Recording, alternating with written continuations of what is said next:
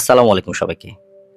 আজকে আমি আপনাদের নিয়ে যাচ্ছি বাংলাদেশের এমন এক চরে যেটা ভারতীয় সীমান্তের একেবারে কাছাকাছি। এখানে চারপাশে শুধু নদী আর বিস্তীর্ণ চর নয়, আছে শত শত গরু, আছে মানুষের জীবন সংগ্রাম। এই চরের মানুষের কাছে জীবনটা সহজ নয়। নদী ভাঙে, চর জাগে, আবার কখনো সেই চরও হারিয়ে যায়। কিন্তু এত কষ্টের মাঝেও মানুষগুলো এই মাটিকে আঁকড়ে ধরে বেঁচে আছে। আজকে চলুন খুব কাছ থেকে দেখি সীমান্ত ঘেঁষে এই চরের মানুষের জীবনটা আসলে কেমন। আমাকে সে চরে যেতে হলে পাড়ি দিতে হবে এই রাক্ষসী পদ্মা।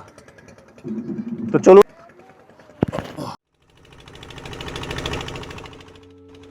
এই চরে যেতে হলে আমাকে পাড়ি দিতে হচ্ছে এই নদী। নদীর ওপারে যে বিশাল চরটা দেখা যাচ্ছে, সেখানে মানুষের বসতি আর গবাদি পশুর বিচরণ। শহরের ব্যস্ত জীবন থেকে এই জায়গাটা যেন সম্পূর্ণ আলাদা একটা পৃথিবী। আমি যত সামনে যাচ্ছি ততই বাড়ছে গরুর সংখ্যা। দেখে মনে হচ্ছে এই বিশাল চরটাই যেন তাদের মুক্ত চরণভূমি। আমরা একটু পরেই এখানকার যে এই গরুগুলো যে চড়ায়, যে এই গরুগুলোর যে মালিক, আমরা তার সাথে কথা বলবো।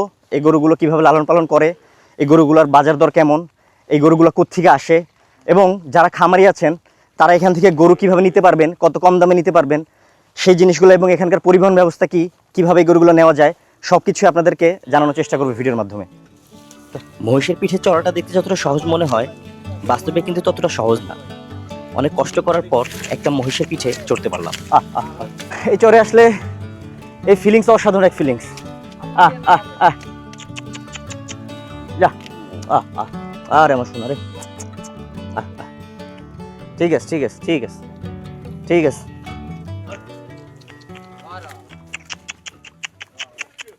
যা তাহলে ভাই কেমন আছেন? আছি আলহামদুলিল্লাহ, ভালো। ভালো আছেন? তো গরু এখানে তো পাল দেখলাম, কয়টা আছে গরু এখানে? প্রায় 350। 350? জি, দুই পাল? দুই পাল। এই গরুগুলো নিয়ে আসেন কখন এখানে এই চরে?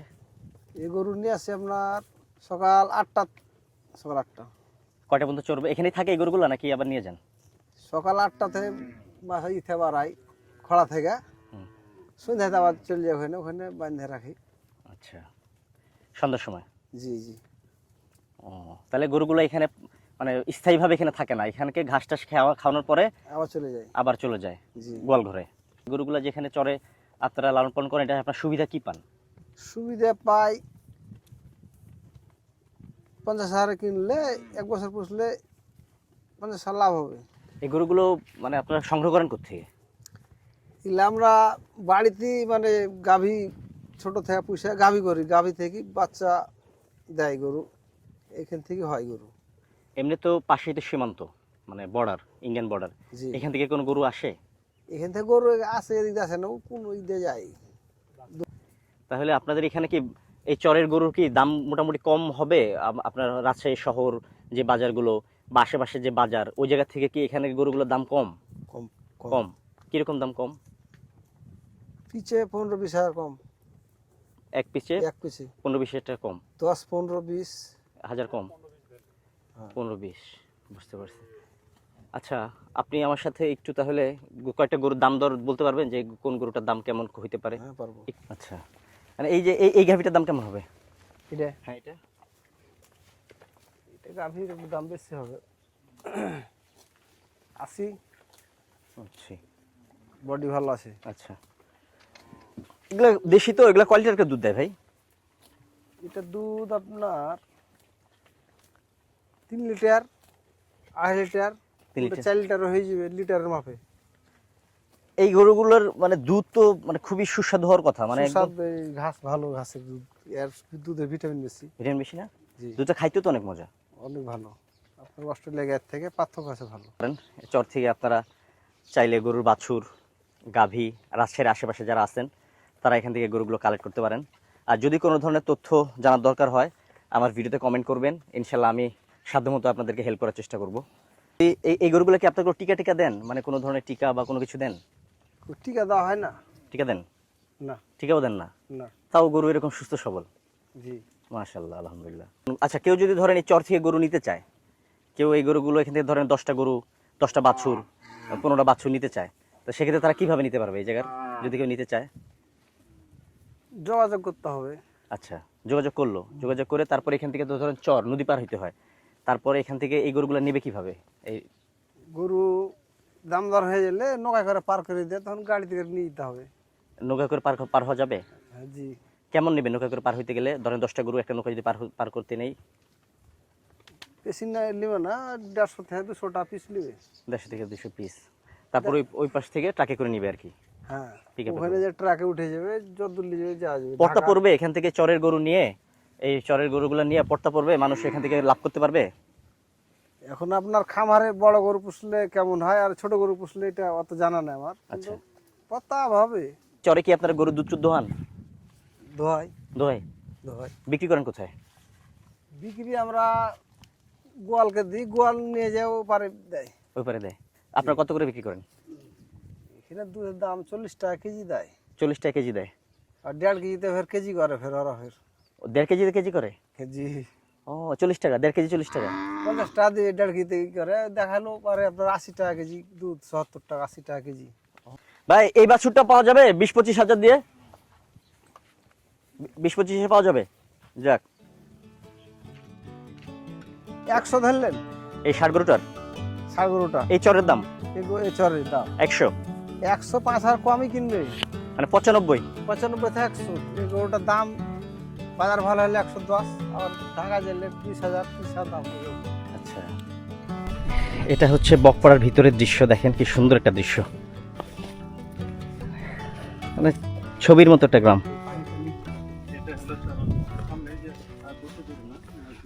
আসসালামু আলাইকুম সবাইকে। ওয়ালাইকুম আসসালাম ওয়া রাহমাতুল্লাহ। কেমন আছেন আপনারা সবাই? আলহামদুলিল্লাহ ভালো।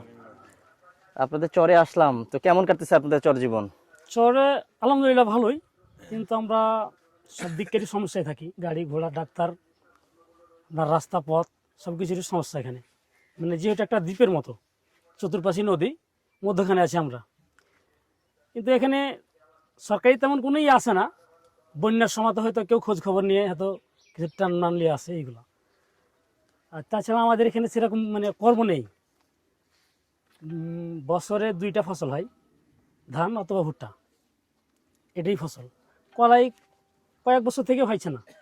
আর আমাদের এখানে বন্যা উঠলে মানে বেশিরভাগই বন্যা কবলিত তো, আর ভাঙন এলাকা, বেশিরভাগই বন্যাটা উঠে 2 মাস মতো থেকে যায় পানি, তখন আমাদের কোনো কর্ম থাকে না, বাড়িতে বেকার হয়ে থাকি আমরা। এই পরিস্থিতি আমরা বসবাস করি। ওই সময়টা আপনারা যাতায়াত করেন কিভাবে? এই সময় আমাদের যাতায়াত হচ্ছে নৌকা, নৌকা? ছোট নৌকা, বড় নৌকা। এই যে ঘাসের যে এলাকাটা, এটা কি ইয়ার সময় বন্যার সময় ডুবে যায় পুরাটাই? হ্যাঁ, এগুলো সবগুলো ডুবে যায়, এগুলো যা আছে সবই ডুবে যায়। এখনো এখনো এখানে এতটুকু পানি হয় এখানে। 3 ফুট 3.5 ফুট 2.5 ফুট করে পানি হয় এসব সরজমিনে। তাহলে এই যে এখানে ঘর বাড়ি যে বাসা বাড়ি দেখতে পাচ্ছি, এগুলো তখন কি এগুলো ডুবে যায়? এগুলা পানিগুলো যদি কোনোটা থাকে, কোনোটা ডুবে যায়। বান হয় বাড়িতে আপনার পানি উঠে যায়। সরকারের উদ্দেশ্যে আপনাদের কিছু বলার আছে? না, বলেন। আসসালামু আলাইকুম। ওয়ালাইকুম আসসালাম। জি বলেন, এটা হাতে নেন। বলেন। ব্যাপার হচ্ছে আমাদের চরে লেখা, আমরা নদীর ভাঙনে ক্ষতিগ্রস্ত। এখন সরকার যতগুলা ওই যে সাইডে বাঁধ বাঁধছে, ওই বাঁধগুলা দিয়ে না বাঁধে, ওই যেখানে পানি ঢুকছে ওখানে দিয়ে বাঁধে দিত, তে আমাদের এলাকা বাঁচিয়ে দিত। কোন সাইডে বাচ্চা কোন সাইড সেটা বলেন। এই যে এখন এখন জায়গার বাঁধছে, নামটা বলেন। এই যে কোদলকাঠি পুরোনাগার ক্যাম্প আছে, এই সাইডগুলা বাঁধছে, বুঝছেন। আর আবার চাইনারা এখানে যেমন বাঁধ বাঁধছে, চাপে চলে আসছে মনে লেস আমাদের চরকে মানে যেখানে সেখানে হারিয়ে দিবে। আর আরেকটা তো হলো কোনটা, এই যে আপনার ট্রেজারে বালি তুলছে, বালি তুলতে মেলা লাচি না হয়েছে, ওটা মানছে না, এলাও করছে না, ক্ষতিগ্রস্ত। আর ওই ক্ষতিগ্রস্তর কারণেই আমার কাছে তো দুর্বল হয়ে গেল আমরা, যার কারণে বন্যার পানিটা আরো বেশি বাড়ছে। হ্যাঁ বেশি বাড়ছে। মানে যেখানে ওই ট্রেজারে যেখানে বালি তুলছে বুঝেছেন, ওখানে বালি তুলে আবার মানে কূপ বানিয়ে দিছে। আর যখন পানি যখন বন্যা আসেন স্রোতের বেগে ওকে উস্কি আবার এই এলাকা থেকে নষ্ট করে ফেলে দিচ্ছে। গত গ্রাম হাজার হাজার বাড়ি ক্ষয়ক্ষতি হলো। আরেকটা কথা, সরকার একটা কথা বলেছে, তার গিয়ে বলেছে আমরা ফ্যামিলি কার্ড দেবো এলাকায়। তা আমাদের এলাকায় না আমরা খবরে শুনলু, কিন্তু এখন পর্যন্ত চোখে দেখলাম না, কেন শুনলাম না, শুনি থাকনু। আপনার বয়স্ক ভাতাটা তো এগুলো পান? বয়স্ক ভাতা পাই, যারা হয়তো ওরকম উপযুক্ত হয়েছে ওর পাই, বয়স্ক ভাতা পাই, প্রতিবন্ধীও পাই। শুধু সবগুলা ফ্যামিলি পাই কার্ডের না। ব্যাপারে এখন আপনারা ওই ধরনের কার্যক্রমের দিকে আসেন? শুনেন, সব বেলায় পাচ্ছে না। হয়তো ওইটাও মানে ব্যক্তি ধরে ধরে কিছু কিছু গোলা পাই আছে, কিছু কিছু বাকি আছে। বুঝতে তো পারছি। মেন সমস্যা হলো নদীর জন্য বালি তোলা বন্ধ হয়, 1 নম্বর কথা হলো এটা। আর 2 নম্বর হলো যে সরকার যে বলেছে আমরা যে ফ্যামিলি কার্ড দিব, এগুলো যেন আমরা যারা পাওয়ার উপযুক্ত লোক যদি আমরা পাই। আচ্ছা, নামাজ শেষ করে আমরা আমার ভাইয়ের বাসায় যাচ্ছিলাম, তখন এই গ্রামের মানুষজন আমার হাতে ক্যামেরা দেখার ফলে, আপনারা তো জানেন এখানকার খুবই সহজ সরল মানুষ, তারা মাটির মানুষ। আমার হাতে ক্যামেরা দেখার পরে তারা মনে করছে আমি হয়তো কোনো চ্যানেলের সাংবাদিক। সাথে সাথে তারা আমার কাছে ছুটে আসলো তাদের দুঃখ দুর্দশা তুলে ধরার জন্য। তো আমি এই সুযোগটা হাতছাড়া করলাম না। তাদের দুঃখের কথা, তাদের মনের কথা আমি ক্যামেরাবন্দি করলাম, আপনাদেরকে জানানোর চেষ্টা করলাম, তাদের মনের কথাগুলো, তাদের দুঃখের কথাগুলো, তাদের অসুবিধার কথাগুলো। তো আমি চাইবো যে আমার এই ভিডিওটা আপনারা দেখেন, এই দুঃখের কষ্টের কথাগুলো আপনারা উপলব্ধি করেন এবং ভিডিওটাকে আপনারা একটু ছড়িয়ে দেন। ঘাসে ঢাকা সরু রাস্তা ধরে সলিমান ভাইয়ের বাড়ির দিকে যাচ্ছিলাম। চারপাশের দৃশ্যটা এতটাই সুন্দর ছিল, মনে হচ্ছিল যেন বাংলাদেশের কোনো চর নয়, সুইজারল্যান্ডের কোনো গ্রাম্য পথ দিয়ে হাঁটছি।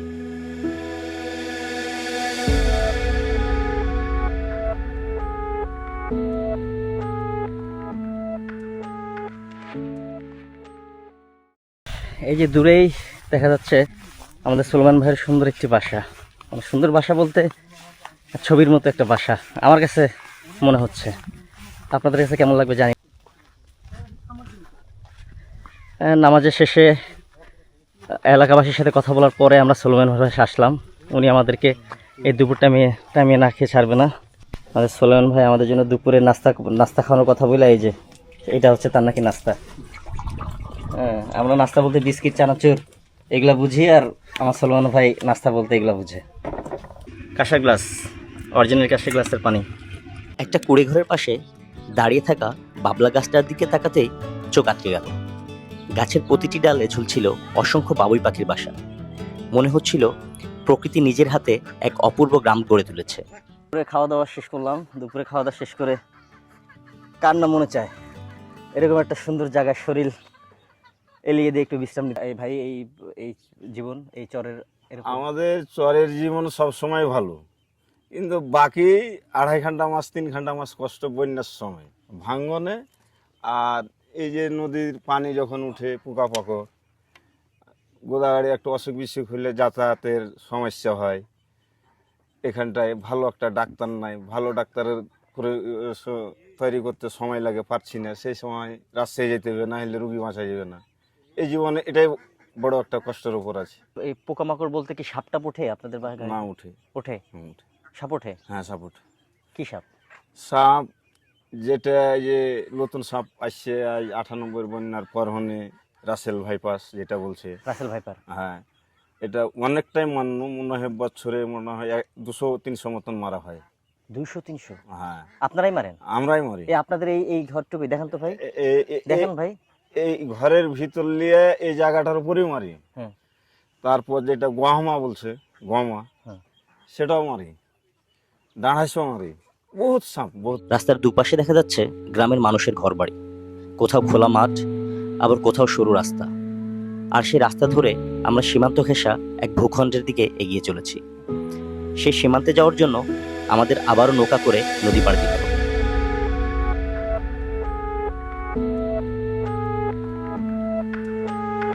এটা হচ্ছে মিডল চর, এই মধ্যচর। পদ্মার রাক্ষসে পদ্মা নিয়ে গেছে আর কি, এই রাক্ষসে পদ্মা ভেঙে নিয়ে গেছে তার পেটের ভিতর। এই যে দেখেন সে পদ্মা, দেখেন এখানে হয়তো কারো ঘর ছিল, বাড়ি ছিল, এখানে কারো একটা সাজানো সংসার ছিল, এখানে হয়তো কারো একটা সাজানো সংসার ছিল। এই যে রাক্ষসে পদ্মা, রাক্ষসে পদ্মা তার পেটের ভিতরে নিয়ে গেছে। দেখেন কারো ঘর।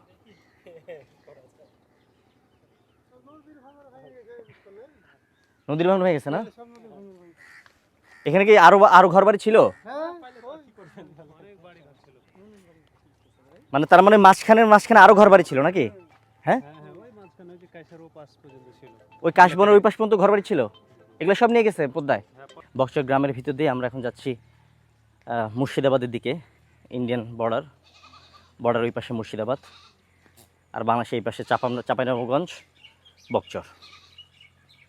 এই যে এটা এই পাশে ইন্ডিয়া আর এই পাশে হচ্ছে বাংলাদেশ।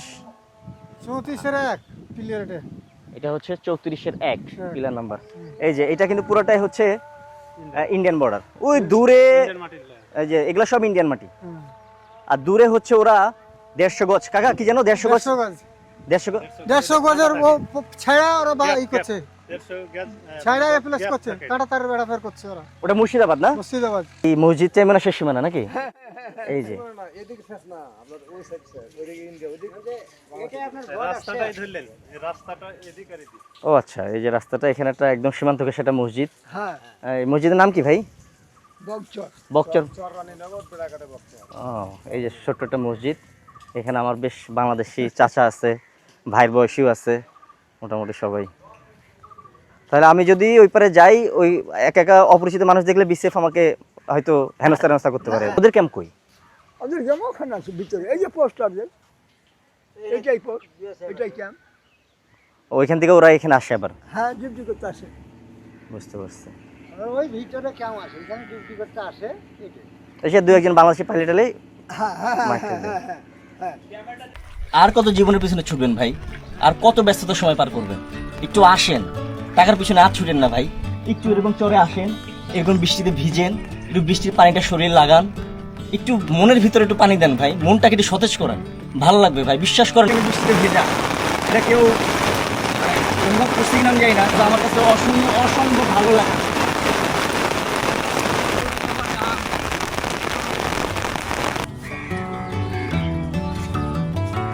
সেই বিখ্যাত চরের মিষ্টি যেটা আমরা মাত্র খাইলাম।